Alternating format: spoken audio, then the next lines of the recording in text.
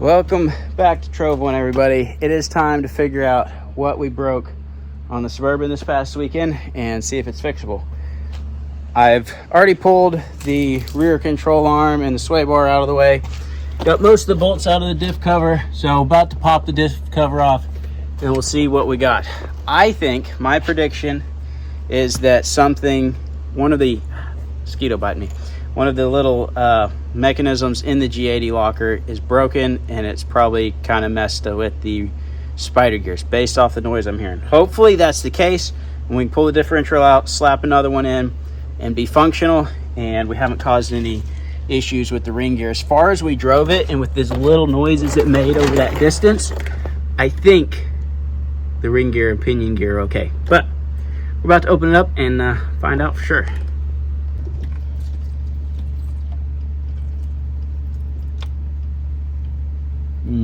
I heard some pieces there. I don't like pieces.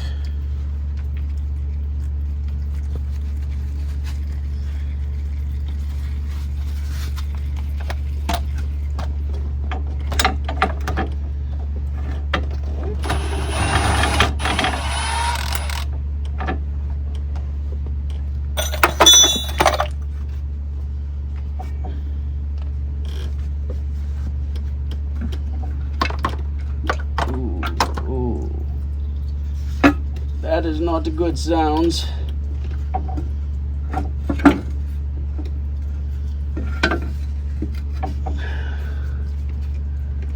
Ooh.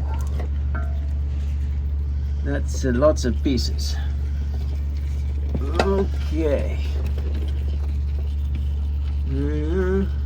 That's a piece. That's definitely a piece of the locker. I don't think we have any spider gears left. Well, the little ones anyway. Okay, there's a big chunk of gear right there. That's not supposed to be like that. Ugh. There's a piece of our G80. There's another half of one of those gears. I don't know what already fell into our bucket there, but that's a lot of pieces. That's a lot of pieces.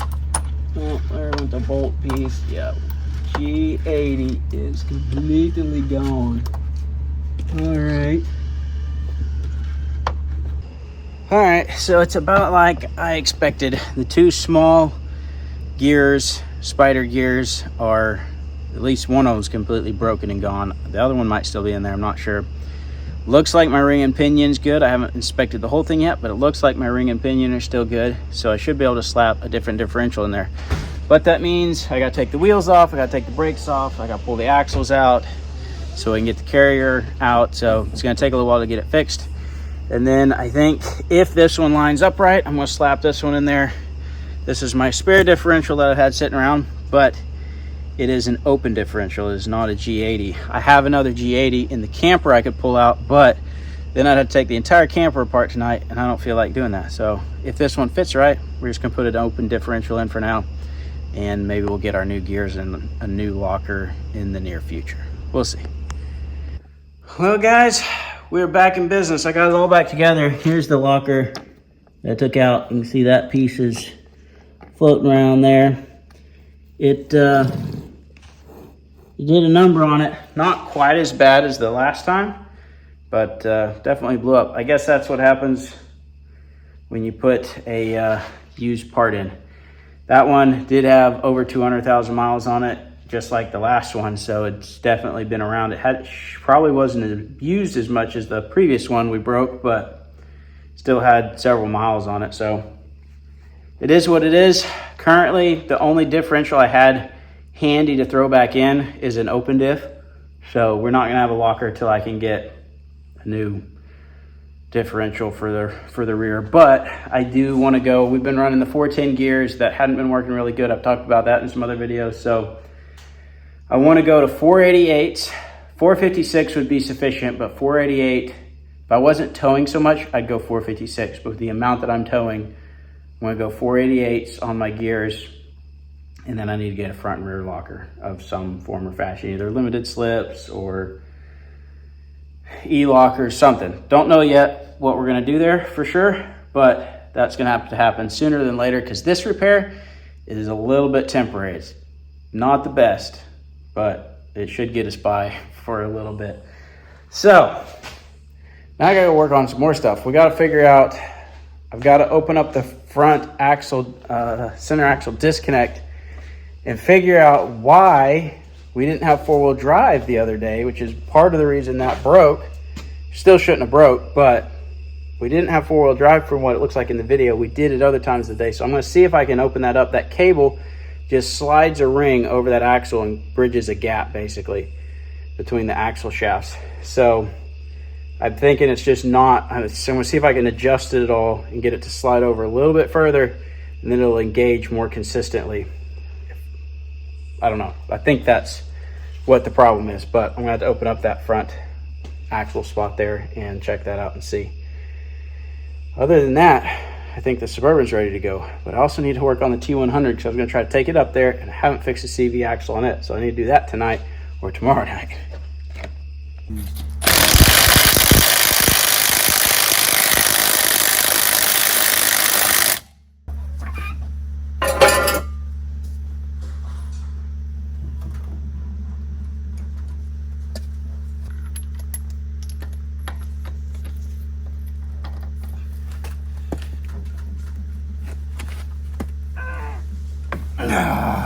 Whew.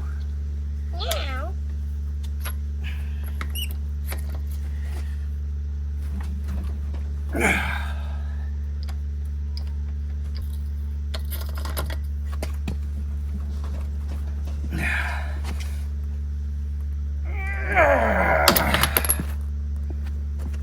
Oh, that one broke right off. Wow. That's gonna be a problem. Phew.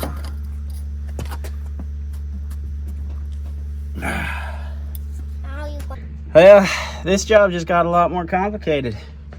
We got a stud right there. The nut, the end of the nut just snapped off. These things are on here really tight.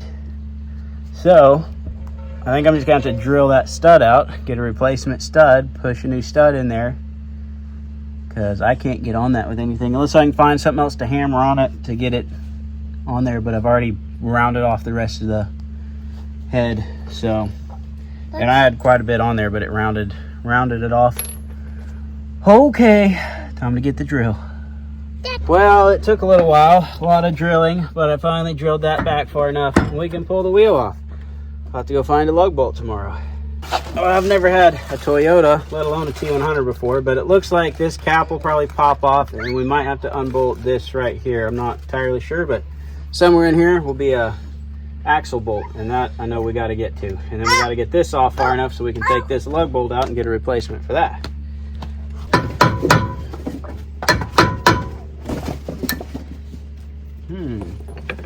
Interesting. It's got like a rubber seal on it. Got moisture in there. Interesting. Okay, leave that laser.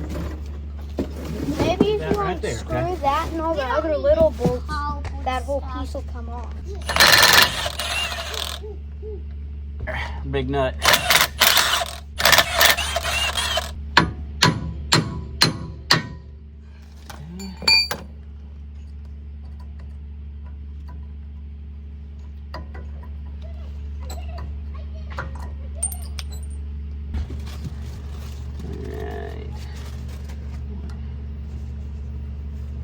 Snap ring off. There we go. Now, I'll have to remember to put all these pieces back on. But other than that, let's see if it's gonna fit out of here. And it's not. Come on, Toyota. Come on. That's nice. We're gonna have to take good old Toyota. We gotta take the shock loose to get the CV axle out.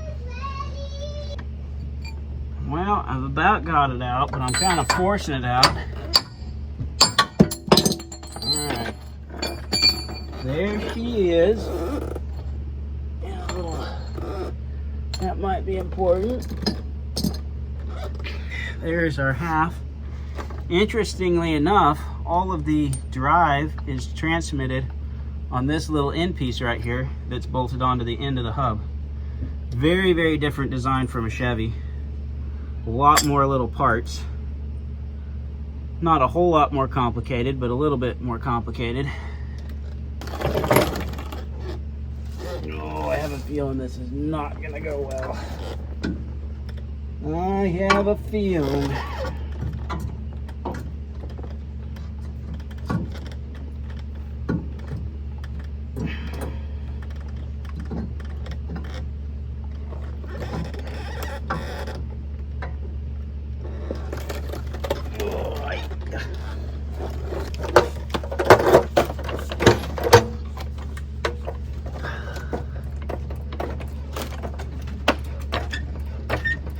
There we go.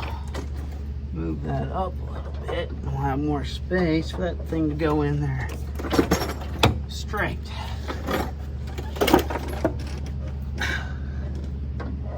There we go.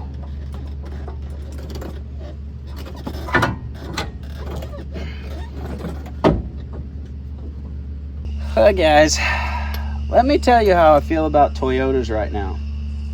There are way too many little parts and pieces, and it is way too complicated and way poorly designed.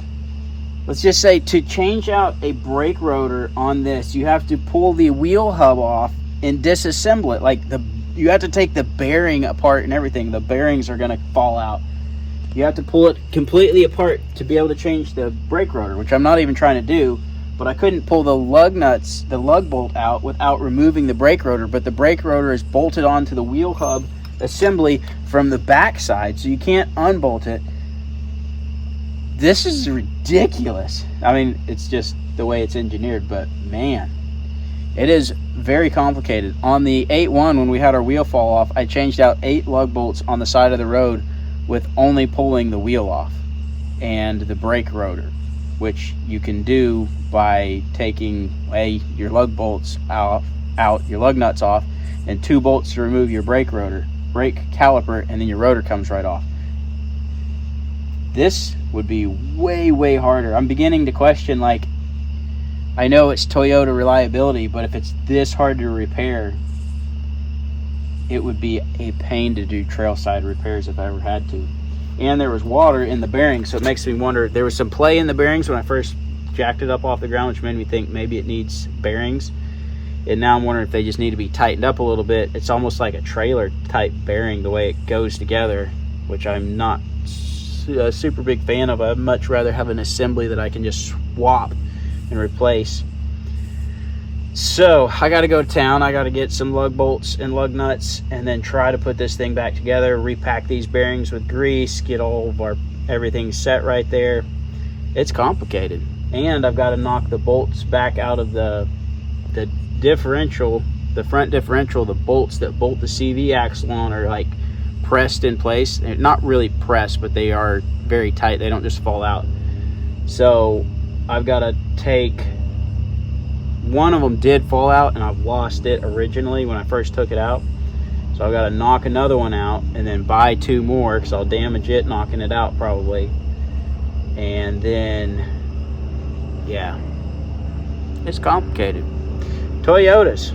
I did that entire differential swap yesterday faster than this is going to take me. This will take me almost twice as long to do, to change out a CV axle and fix 1 lug bolt. Crazy. Toyotas, gotta love them.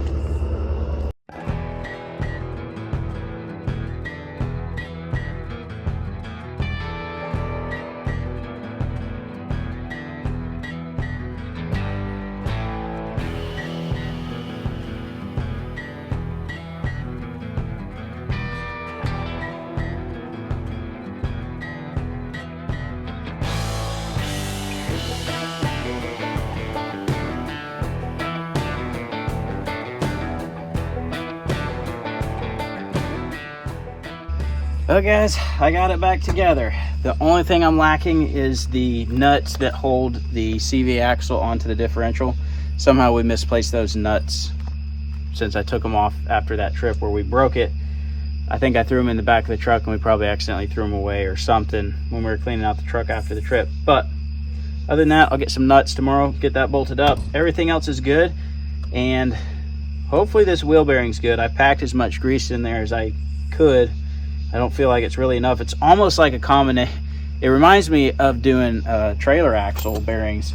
It's pretty much the same concept, except you'd have a hollow center core there that then that CV axle is coming through, and then it's almost like a full float axle on this side. You got this metal cap with the splines that go onto the CV stub end, and then that bolts back into the hub. So it's weird compared to the Chevys I'm used to working on, and it's kind of old-fashioned style stuff compared to the kind of one-piece wheel hub assemblies that you see on the Chevys and a lot of other vehicles now.